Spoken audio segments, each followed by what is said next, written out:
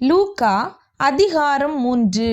திபேரியு ராயன் ராஜ்யபாரம் பண்ணின 15ஆம் வருஷத்திலே பொந்தியு பிலாத்து யூதேயாவுக்கு தேசாதிபதியாயும் ஏரோது காற்பங்கு தேசமாகிய கலிலேயாவுக்கு அதிபதியாயும் அவன் சகோதரனாகிய பிலிப்பு காற்பங்கு தேசமாகிய இத்திரேயாவுக்கும் திராகோனித்து நாட்டிற்கும் அதிபதியாயும் லிசானியா காற்பங்கு தேசமாகிய அபிலேனேக்கு அதிபதியாயும் அன்னாவும் காய்பாவும் பிரதான ஆசாரியராயும் இருந்த காலத்தில் வனாந்தரத்திலே சகரியாவின் குமாரனாகிய யோவானுக்கு தேவனுடைய வார்த்தை உண்டாயிற்று.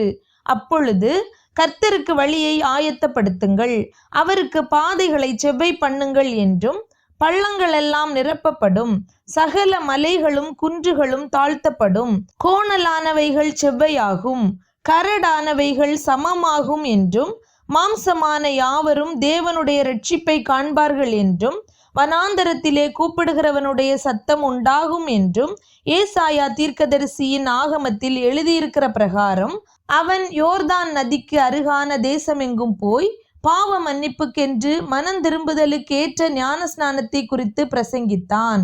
அவன் தன்னிடத்தில் ஞானஸ்நானம் பெறும்படிக்கு புறப்பட்டு வந்த திரளான ஜனங்களை நோக்கி, விரியன் பாம்பு குட்டிகளே, வருங்கோபத்துக்கு தப்பித்து கொள்ள உங்களுக்கு வகை காட்டினவன் யார்? மனம் திரும்புதலுக்கு ஏற்ற கனிகளை கொடுங்கள். ஆபிரகாம் எங்களுக்கு தகப்பன் என்று உங்களுக்குள்ளே சொல்ல தொடங்காதிருங்கள். தேவன் இந்த கல்லுகளினாலே ஆபிரகாமுக்கு பிள்ளைகளை உண்டு பண்ண வல்லவராயிருக்கிறார் என்று உங்களுக்கு சொல்லுகிறேன். இப்பொழுதே கோடரியானது மரங்களின் வேரருகே வைத்திருக்கிறது. ஆகையால் நல்ல கனி கொடாத மரமெல்லாம் வெட்டுண்டு அக்கினியிலே போடப்படும் என்றான்.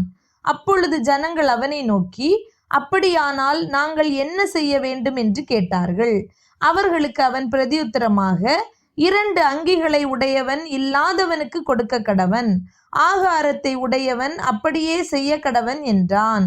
ஆயக்காரரும் ஞானஸ்நானம் பெற வந்து அவனை நோக்கி, போதகரே, நாங்கள் என்ன செய்ய வேண்டும் என்று கேட்டார்கள். அதற்கு அவன், உங்களுக்கு கட்டளையிட்டிருக்கிறதற்கு அதிகமாய் ஒன்றும் வாங்காதிருங்கள் என்றான். போர் சேவகரும் அவனை நோக்கி, நாங்கள் என்ன செய்ய வேண்டும் என்று கேட்டார்கள். அதற்கு அவன், நீங்கள் ஒருவருக்கும் இடுக்கண் செய்யாமலும் பொய்யாய் குற்றஞ்சாட்டாமலும் உங்கள் சம்பளமே போதுமென்று இருங்கள் என்றான். யோவானை குறித்து, இவன்தான் கிறிஸ்துவோ என்று ஜனங்கள் எல்லாரும் எண்ணங்கொண்டு தங்கள் இருதயங்களில் யோசனையாயிருக்கையில், யோவான் எல்லாருக்கும் பிரதி உத்தரமாக, நான் ஜலத்தினால் உங்களுக்கு ஞானஸ்நானம் கொடுக்கிறேன், என்னிலும் வல்லவர் ஒருவர் வருகிறார், அவருடைய பாதரட்சிகளின் வாரை அவிழ்க்கிறதற்கும் நான் பாத்திரன் அல்ல. அவர் பரிசுத்த ஆவியினாலும் அக்கினியினாலும் உங்களுக்கு ஞானஸ்நானம் கொடுப்பார். தூற்றுக்கூடை அவர் கையில் இருக்கிறது. அவர் தமது களத்தை நன்றாய் விளக்கி கோதுமையை தமது களஞ்சியத்தில் சேர்ப்பார், பதரையோ அவியாத அக்கினியினால் சுட்டெரிப்பார் என்றான். வேறு அநேக புத்திமதிகளையும் அவன் ஜனங்களுக்கு சொல்லி பிரசங்கித்தான். காற்பங்கு தேசாதிபதியாகிய ஏரோது தன் சகோதரனான பிலிப்புவின் மனைவி ஏரோதியாளின் நிமித்தமாகவும் தான் செய்த மற்ற பொல்லாங்குகளின் நிமித்தமாகவும் யோவானாலே கடிந்து கொள்ளப்பட்ட போது, தான் செய்த மற்றெல்லா பொல்லாங்குகளும் தவிர யோவானையும் காவலில் அடைத்து வைத்தான். ஜனங்கள் எல்லாரும் ஞானஸ்நானம் பெற்றபோது இயேசுவும் ஞானஸ்நானம் பெற்று ஜெபம் பண்ணுகையில் வானம் திறக்கப்பட்டது. பரிசுத்த ஆவியானவர் ரூபங்கொண்டு புறாவை போல அவர் மேல் இறங்கினார்.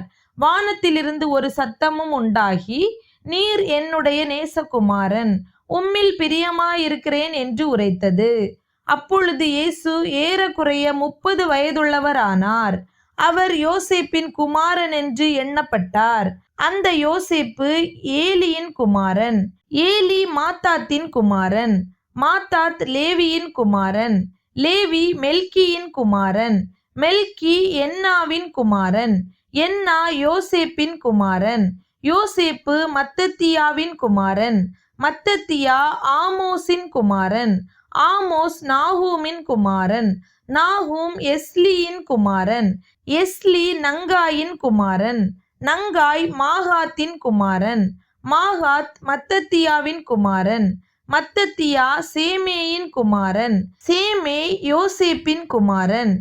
யோசேப்பு யூதாவின் குமாரன். யூதா யோவன்னாவின் குமாரன். யோவன்னா ரேசாவின் குமாரன். ரேசா சொரோபாபேலின் குமாரன். சொரோபாபேல் சலாத்தியேலின் குமாரன். சலாத்தியேல் நேரியின் குமாரன். நேரி மெல்கியின் குமாரன். மெல்கி அத்தியின் குமாரன். அத்தி கோசாமின் குமாரன். கோசாம் எல்மோதாமின் குமாரன்.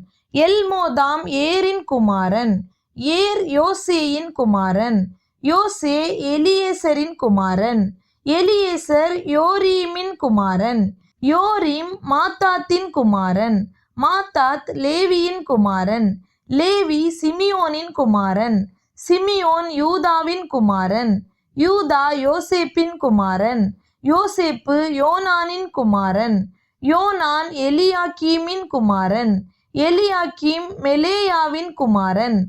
மெலேயா மைனானின் குமாரன். மைனான் மாத்தாத்தாவின் குமாரன். மாத்தாத்தா நாத்தானின் குமாரன்.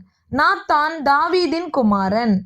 தாவீது ஈசாயின் குமாரன். ஈசாய் ஓபேதின் குமாரன். ஓபேத் போவாசின் குமாரன். போவாஸ் சல்மோனின் குமாரன். சல்மோன் நகசோனின் குமாரன். நகசோன் அம்மினதாபின் குமாரன். அம்மினதாப் ஆராமின் குமாரன். ஆராம் எஸ்ரோமின் குமாரன்.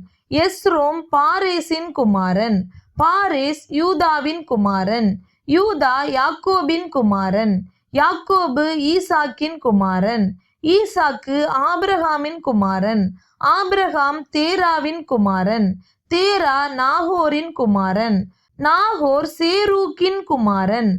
சேரூக் ரெகூவின் குமாரன். ரெகூ பேலேக்கின் குமாரன். பேலேக் ஏபேரின் குமாரன். ஏபேர் சாலாவின் குமாரன். சாலா காயினானின் குமாரன். காயினான் அர்பகசாத்தின் குமாரன். அர்பகசாத் சேமின் குமாரன். சேம் நோவாவின் குமாரன். நோவா லாமேக்கின் குமாரன். லாமேக்கு மெத்தூசலாவின் குமாரன். மெத்தூசலா ஏனோக்கின் குமாரன். ஏனோக்கு யாரேத்தின் குமாரன். யாரேத் மகலாலேயேலின் குமாரன். மகலாலேயேல் கேனானின் குமாரன். கேனான் ஏனோசின் குமாரன். ஏனோஸ் சேத்தின் குமாரன். சேத் ஆதாமின் குமாரன். ஆதாம் தேவனால் உண்டானவன்.